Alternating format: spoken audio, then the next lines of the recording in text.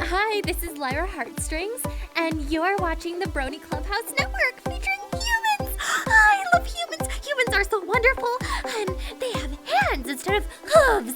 Also pants. I love pants. I really don't want to get up to do this. We gotta film. Can we just do the thing here? Can we? Let's do it. Yeah, we'll just do it. Hey everybody, my name is Spencer. And I'm Sessa, and you're watching a very lazy edition of the Brony Clubhouse Network. No, we don't feel like getting up, but we'll tell you what's in today's episode. We have our episode review of Just for Sidekicks, and in honor of that, we got our own little critters today. They're awesome. We also have an interview with Summer and Matt Hayes of the My Little Pony Fair. You guys are really lazy. What the heck? I don't feel like doing this. But now, it's My Little Pony history with me.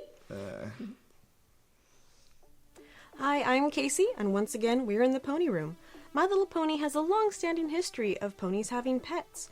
In 1983, the show stable came with Brandy the dog as a companion for Lemon Drop.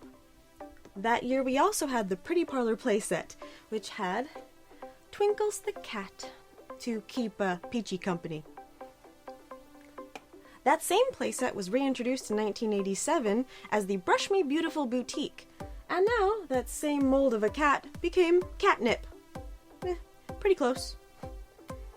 The Waterfall playset included a cute little duck to play with sprinkles in the water named Duck Soup. I don't think you're supposed to name pets that you're going to eat. In England, they had the Best Friends sets, which included Baby Susie and Spot the dog, Baby Katie and Kitty the kitty, as well as Baby Billy and a bunny. Say that 10 times fast. I know I can't. The G2 line only had one pony that could really say to be having a pet, and that would be Princess Silver Swirl, and that she came with a dragon. Yeah, that's about it for that line. In 2004, we had the Butterfly Island theme, and there were several ponies that had pets there, including Sky Wishes with a parrot, Golden Delicious with a turtle. Sorry, Tank, you weren't the first one. And my personal favorite, So-and-so, who had a pet monkey. This has been My Little Pony history for the Brony Clubhouse Network.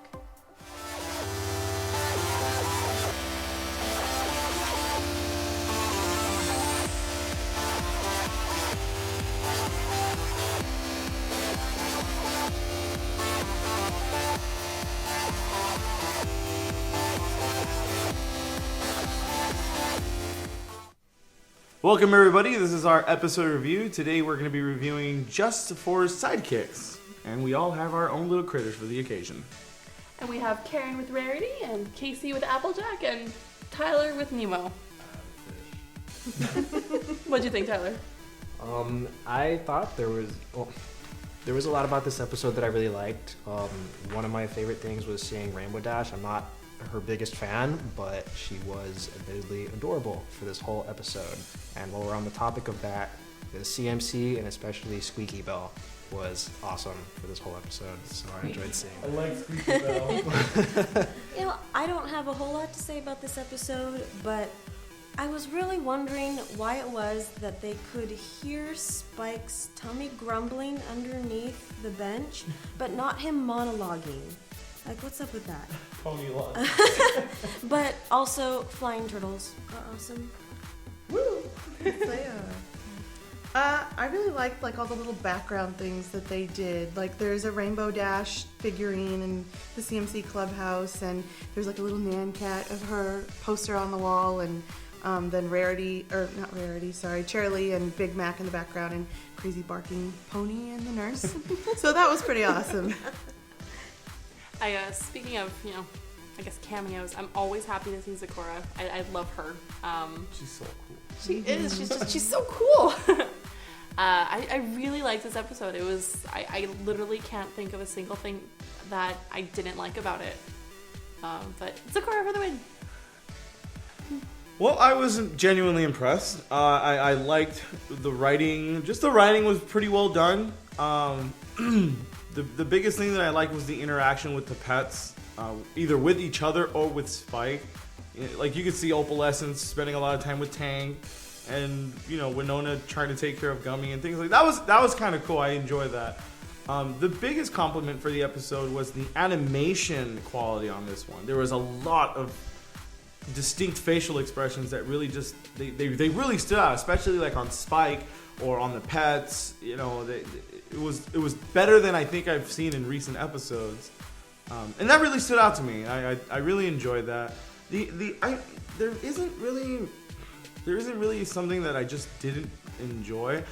I really like the whole, I guess, the lesson, or like what it is to have been to learn from this. How Spike should, his greedy dragon side showed, and he should have been more, caring of the pets than his silly obsession with just making a cake, which he didn't even get to at the end of it.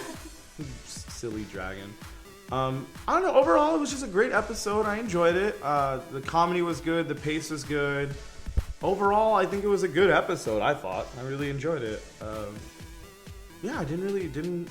Not that I was looking for stuff to not like, but it was just it worked for me. It worked for me in a really good way. Where was that is true. The one thing Phoenix. that I forgot, I neglected to mention this. The one thing that everybody had their pet, but at the very beginning of the episode, you see this little portraits of Pee-wee, which is Spike's little phoenix, and he's nowhere to be found. What happened to Pee-wee? Maybe he was released back into the wild. I'm gonna hope so. Let's just hope baby dragons don't eat phoenixes. He's hanging out with Philomena. He's hanging out with Philomena. There you go. We'll go with that one. But what did you guys think? Go ahead and leave some comments below. We want to hear your thoughts. And that is just for Sidekicks. We hope you guys enjoyed it. Thanks, guys. Hi, I'm Cayci, and welcome to the Pony Room. We have here with me Summer and Matt Hayes, event coordinator and general staff and MC for the My Little Pony Fair and Convention. Now, when is the convention this year, and where's it located? Okay, well, this year's convention is held in Indianapolis, Indiana. We're a roving event. We change locations every year, and this year we're taking place on July 5th and 6th. And what can you tell us about the ticket packages? They're on sale right now, right? They are. They went on sale actually on Friday. Okay. And we sold out within 3 hours of all of our all of our ticket packages that included merchandise, as well as the limited edition pony. We do have general admission left, and we have free children's admission. And I'm not sure if we have any vendor tables left. I think that most of those have sold. We have about 75 vendors so far. Wow, okay. So it's kind of exciting. Yes, a lot of enthusiasm for pony this year. Right. There will be some limited edition ponies available at the event for people who show up who did not buy a package. Okay. Can you tell us anything about the exclusive this year? Other than it is a premium exclusive, is what is being called by Hasbro. Okay. And what can you tell us about Hasbro's presence at the con this year? From what I understand, they will be present again this year. I currently run the fair, as you know, and I'm contracted as an official promoter of Hasbro's My Little Pony brand. So, Oh, that's very cool. yeah. Very nice. Now, what kind of events would fans of Friendship is Magic enjoy at the con? Well, on Saturday night, we're doing a Friendship is Magic viewing slipper party. Again, this year. Last year, we introduced that, and it went over really well. As well, we do a lot of games and activities that are both family-friendly, kids-friendly, and brony-friendly. We do an Applejack, apple toss, things like that. And people earn raffle tickets that go towards prizes at the end of the fair. So it's kind of a fun, very hands-on nice. thing. Now, you also write collector's guides for people who collect all the toys. You have a new book coming out soon? Yes, it'll be out, I believe, in March. It's the My Little Pony Collector's Inventory Guide series. The one that's coming out in March is actually 2009 through 2012, so it does include all of the Friendship is Magic toys. So, as well. all of them so far? Yes. I'm still adding them as long as they're letting me. So I was taking pictures just this last week. So it's as up to date as we can get it in print. So Matt, what's it like with you living with somebody who has one of the largest pony collections in the world? I'm used to it. I mean, we've been together for 16 years now, and I don't know, we were in high school, so it took her about a year before she told me she collected My Little Ponies. But since then, it's been normal, and we've been going to other pony meets and conventions for probably at least the last 10, 12 years. Right, all over the country. And then the last so. 3 or 4 years, Summer's taken over the big convention. Mm-hmm. And so we have fun planning that. And Yeah. it's fun to meet people. You see the same people a lot. And it's fun to meet them every year and talk to them and meet the new people. Well, that's fantastic. I'm glad that you guys have a bond over it, per Right. se. It's all ponies all the time at our house. A little bit of Star Wars. Oh, a little Star Wars, little bit? A little bit. All right, well, thank you guys for joining us, and good luck with the fair this year. Thank you. Thanks. We hope you enjoyed today's episode. Be sure to leave any feedback on the comment section below. And be sure to subscribe to us on YouTube, like us on Facebook, and follow us on Twitter. Now, if you're in the greater Los Angeles area, Hey Ocean will be doing a concert at the Bootleg Bar in Los Angeles on February 7th.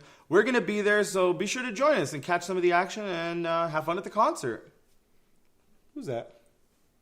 Is that Sapphire? Hey. Sapphire. Hey, that's my Sapphire shorts. What are you doing? Mine now, bitch. Oh, damn. Well, I have Rarity now. I win. I have Applejack. I still win. Damn. I don't need you. Now I really win.